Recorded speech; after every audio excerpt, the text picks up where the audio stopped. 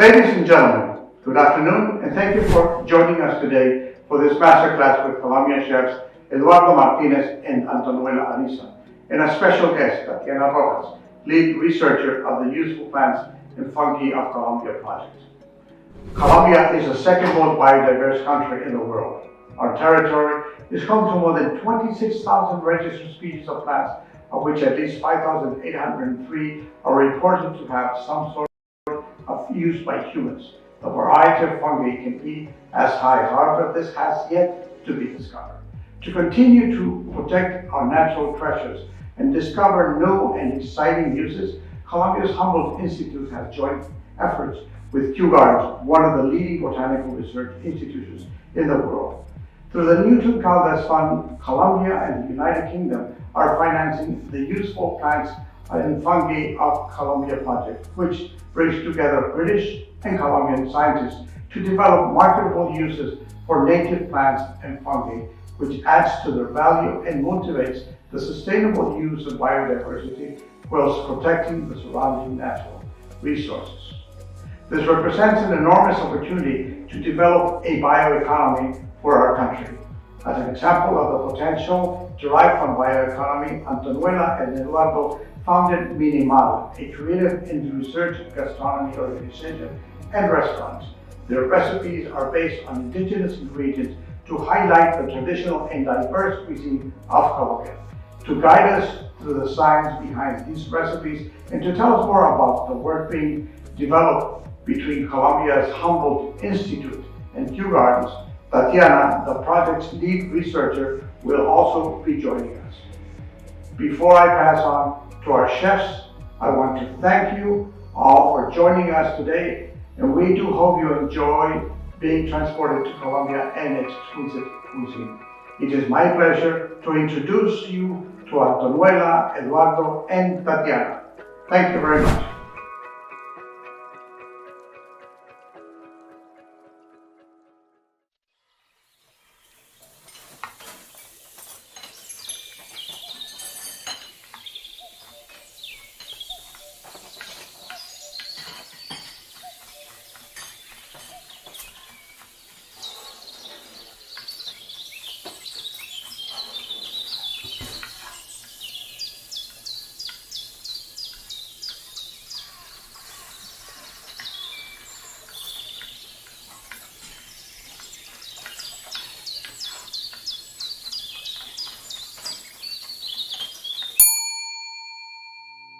Hi everybody, my name is Tatiana Rojas.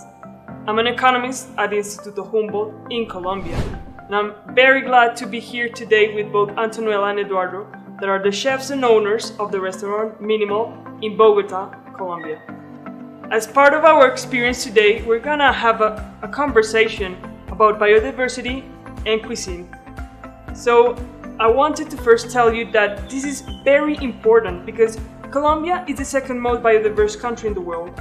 So our biodiversity is green as gold, but we must protect it. And we can do so by performing or undertaking small but concrete actions. We can do so by changing, for example, our diets, or also by knowing where do we buy our products, their traceability, that is, if they are sustainably harvested and if they are traded fairly. In this way, we could do a lot more about our environment. Right now, I wanted to tell you that the project I'm working on, that is called Useful Plants and Fungi of Colombia, precisely aims to understand the native plants and fungi of Colombia and how this knowledge can be socialized with Colombian population to further improve livelihoods, but also to enhance and encourage Colombia's bioeconomy through the sustainable use of biodiversity. So this project is led by the Royal Botanic Gardens Kew in the United Kingdom with collaboration of Instituto Humboldt in Colombia. This project was funded by a grant called the Newton Fund, which was delivered funds by BASE and the Ministry of Science and Technology in Colombia. All of the funds are delivered by the British Council.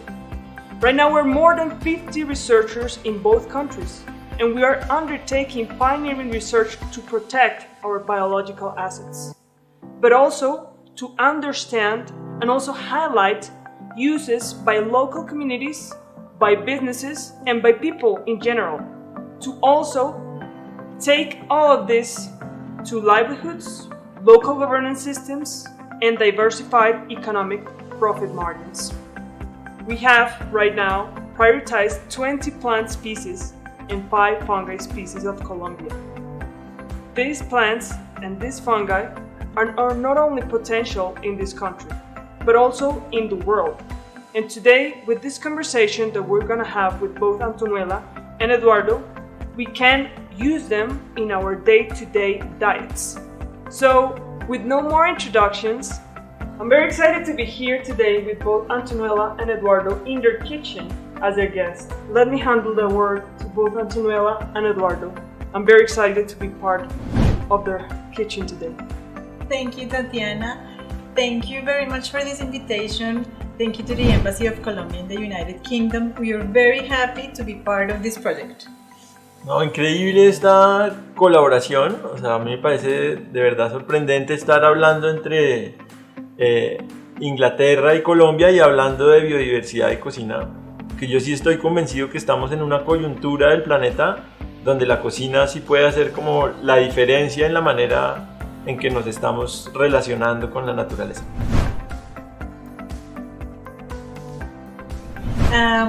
For today we have 3 recipes, and the first one is white fish and Chontaduro ceviche.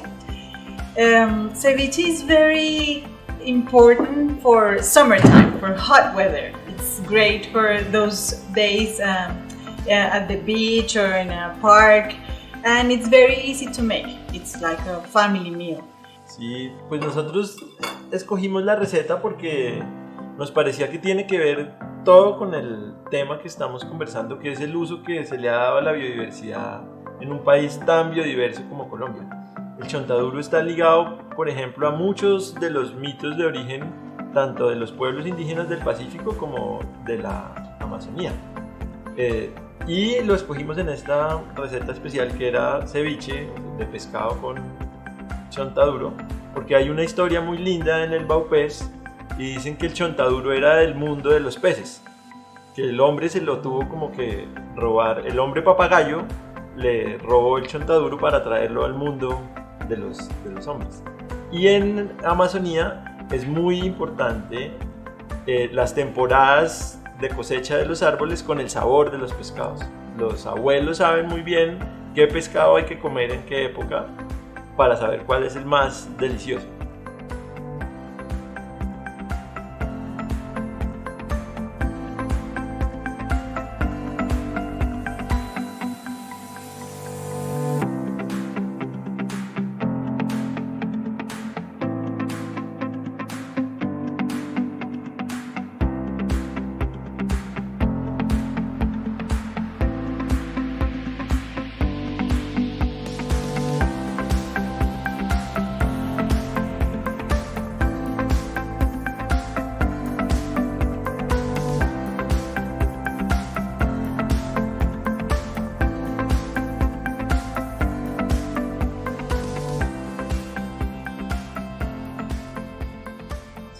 Also, I don't know if you knew about it, but Antonella just mentioned it a bit.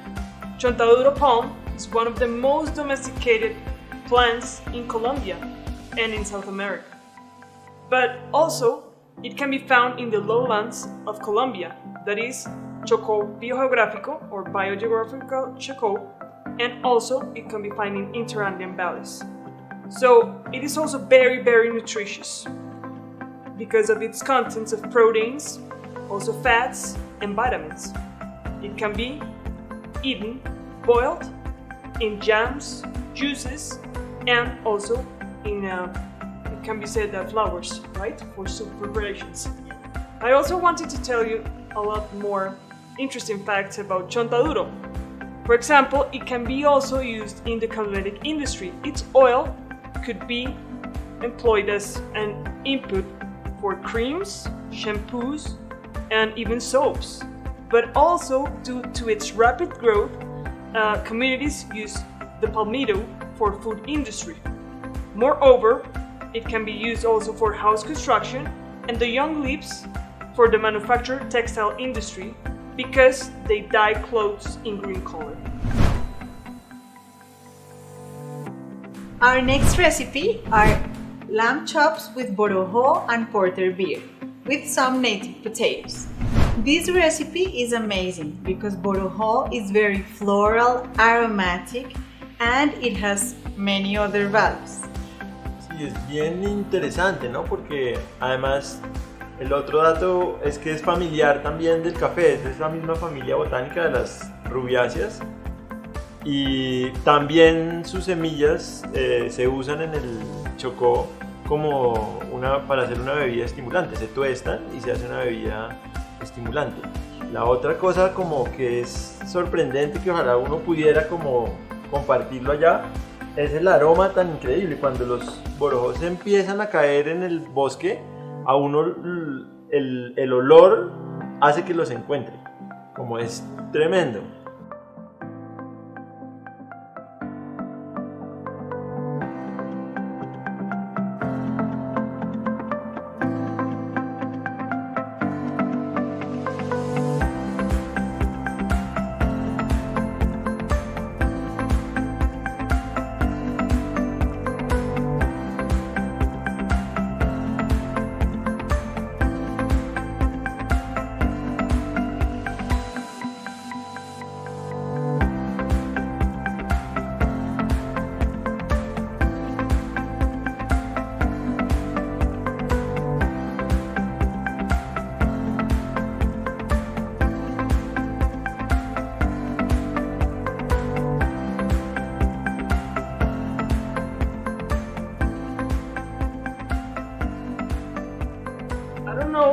If our audience knew that Borojo can be found in the lowlands of Colombia, that is below the 700 meters, basically very abundant in the Amazon basin, but most of all in Chocó Biográfico, right? And also its name comes from the Embera indigenous community language that means bodo, that is head, and ho, edible fruit. So it's important because its ancestral or traditional use has been constant and it's very appropriated in the Pacific coast of Colombia too. It is also an aphrodisiac, right, Antonella? So it is. It's important to bear in mind that. I know it is also used in cosmetic industry for hair conditioner and also like skincare. Yeah. So I mean, it has lots of uses, which is important. Not only like in food industry. In food industry, like we also know that of its high contents of calcium and carbohydrates. Like with calcium, it can take care of our bones, it can strengthen them, and our gums. So I mean, it's like a species that has everything, you know. So our final recipe is the most delicious dessert: Guaymaro soil with copoazu cream and golden berries. We have here golden berries and here is our copoazu. Copoazu is a very floral aroma. It has a lot of pulp. It's a family of the cacao, and it grows in the Amazon. Golden berries are from the same family as the potatoes, as you saw, and they are very sour and sweet at the same time. Also, their color is amazing, like Chontaduro orange, so they brighten up your plate. For Guaymaro soil, we use this Guaymaro flower. Guaymaro is a giant tree from the tropical dry forest in the Caribbean, and they roast the nuts, the fruits of the Guaymaro tree, and make this flour. It can be in the more roasted, like darker or like this. So it has to be like this so you can put it in the oven for this recipe. You just mix it with sugar and some butter and you have the soil. And then you put some cream on top mixed with the copoazu, and finally the golden berries and some petals or whatever you like. So it is important to bear in mind, as Antonella stated, that the tropical dry forest is one of the most endangered ecosystems in Colombia. So by using this kind of native products that are harvested in the forest, we can also contribute to its preservation, right? Another fact is that it has a millenary use, by diverse communities in the Caribbean, such as the Sumus, also the Arhuacos, the Wayu, the Kogis, among many others. And right now, local communities have taken those traditions. It's very culturally appropriated here, Festival del Guaymaro, for instance. So that's very important, like when fostering value chains, that these species are used within these communities for livelihoods. Ay, yo quisiera que Antonuela nos cuente de Selva Nevada porque aquí está el copoazú y es una historia que tiene todo que ver con la sostenibilidad y la cocina.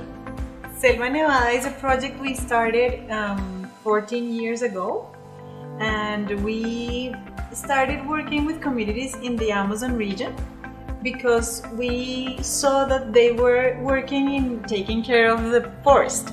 They were already doing that, but many of the families working there didn't have nobody to buy their products. So we thought we should. And so we just started buying the fruit, copoazú, arazá, azaí, camu camu, but we didn't even know what we were going to do with all this fruit. So we decided to open a gelato factory, and we just learned how to make gelato along with the times of the forest. So we had the fruit, and then we learned how to do it. And right now we're working with 800 people, and Selva Nevada has contributed to reforestation and to take care of the forest and its biodiversity. All the fruit we use is from wild fruit, wild forest, and we just wanted also to bring all those Amazonian flavors to the capital city, to Bogota, because they were like lost from us, from our site. So we decided to do that, and it's like a way to show everyone, like ourselves, that biodiversity really is something that means a lot for us here to taste and to know our country, but also over there, so for their economy and their well-being.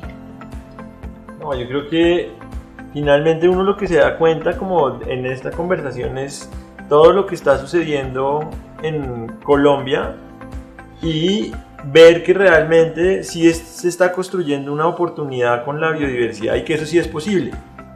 Yo creo que, de nuevo, en esta coyuntura tenemos un desafío tremendo, por ejemplo, con las tasas de deforestación que se tienen sobre la Amazonía. Pues esto muestra que podemos ver la Amazonía con otros ojos y que realmente esto puede construir cadenas de valor que benefician a las comunidades locales, que permiten que el posicionamiento del país cambie, ¿sí? Como alrededor de valores como la biodiversidad. Y pues lo interesante es que aquí lo estamos viendo, que esto no es un cuento, ¿sí? No es un cuento de los biólogos ni de los ecólogos, sino que tiene que ver con la vida de hoy y la coyuntura real del planeta y la economía de hoy. Every choice you make about what you eat has an impact on biodiversity, on the forest, on Amazon, on the rivers, the water, everything. So you can really make a choice and use the biodiversity and be proud and protect and defend it. So, thank you very much for the Colombian Embassy in the United Kingdom for making this experience possible. We hope you enjoyed it and that we could open a window to taste Colombian flavors.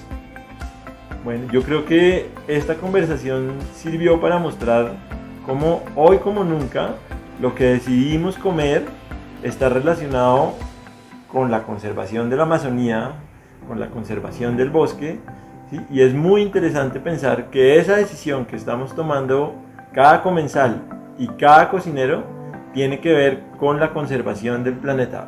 Hoy como nunca, comer es un acto poderoso. Chao. Gracias.